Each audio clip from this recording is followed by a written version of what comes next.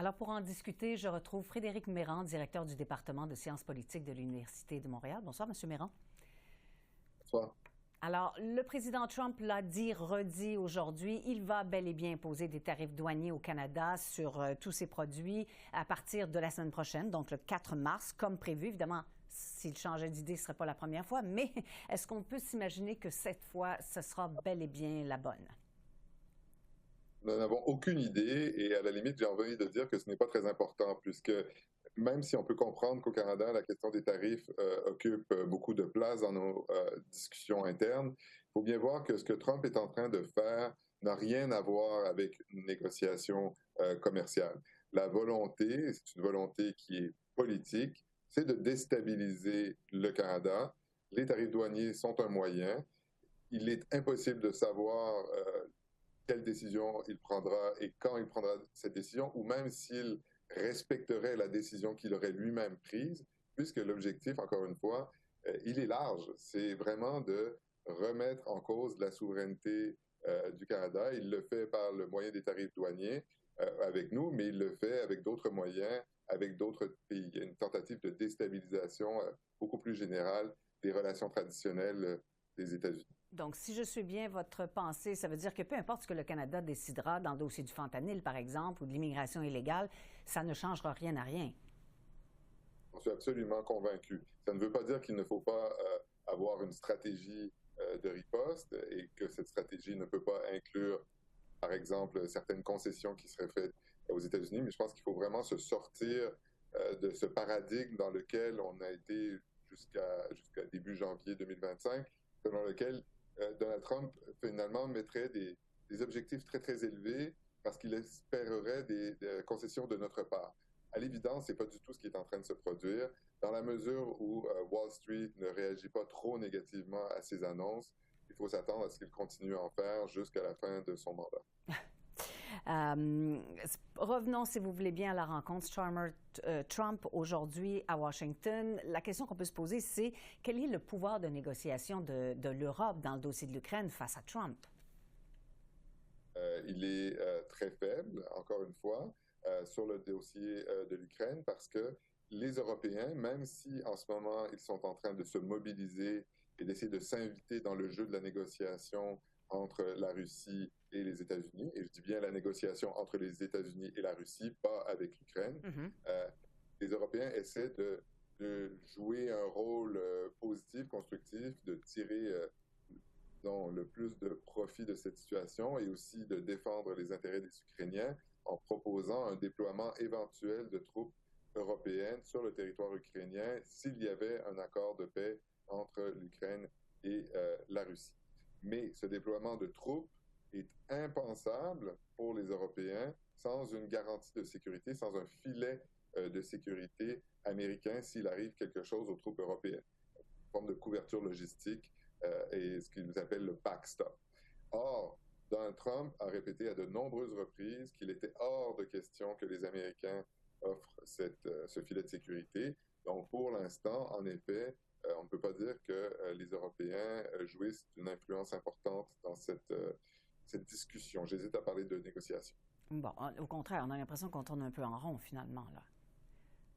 Absolument. C'est-à-dire que dans l'état actuel des choses, essentiellement, ce que Trump propose à la Russie, c'est d'obtenir tout ce qu'elle demandait, de ne faire absolument aucune concession, que l'Ukraine doive en plus rembourser par le biais d'une entente sur le futur des matériaux, des minéraux, ukrainiens, donc rembourser aux États-Unis un argent qu'ils n'ont pas entièrement dépensé, et les Ukrainiens eux-mêmes seraient soutenus économiquement et militairement par des Européens sans aucune forme d'aide américaine. Donc, la discussion qui est sur la table en ce moment, c'est celle-là. C'est une discussion dans laquelle les plus grands perdants sont les Ukrainiens et ensuite les Européens. Les plus grands gagnants sont les Russes. Bon, bien justement, le président Zelensky doit en principe se rendre à la Maison-Blanche demain. Et je dis en principe parce qu'il y a des informations contradictoires là-dessus aujourd'hui. Mais bon, on verra bien demain. Alors, est-ce que vous pensez qu'il va bel et bien, le président Zelensky, signer cette entente sur les ressources naturelles?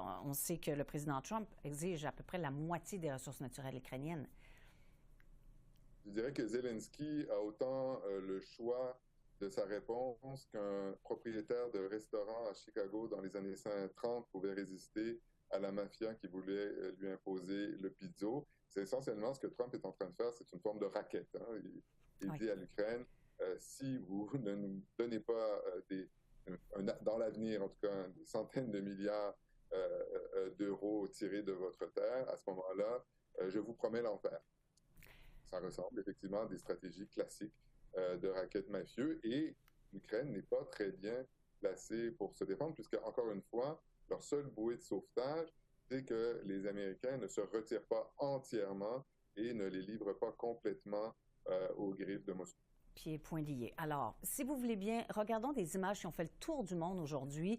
C'est la raison pour laquelle on veut les montrer, parce que tout le monde en a parlé. Elles ont été diffusées sur les médias sociaux par le président Trump, qui a imaginé, en quelque sorte, ce que pourrait devenir Gaza vidé de ses habitants après que les États-Unis y aient construit une station balnéaire sur ses ruines. Alors, on a choisi de ne diffuser qu'un très court extrait. C'est une question de dignité. Les images, je vous le dis tout de suite, sont troublantes.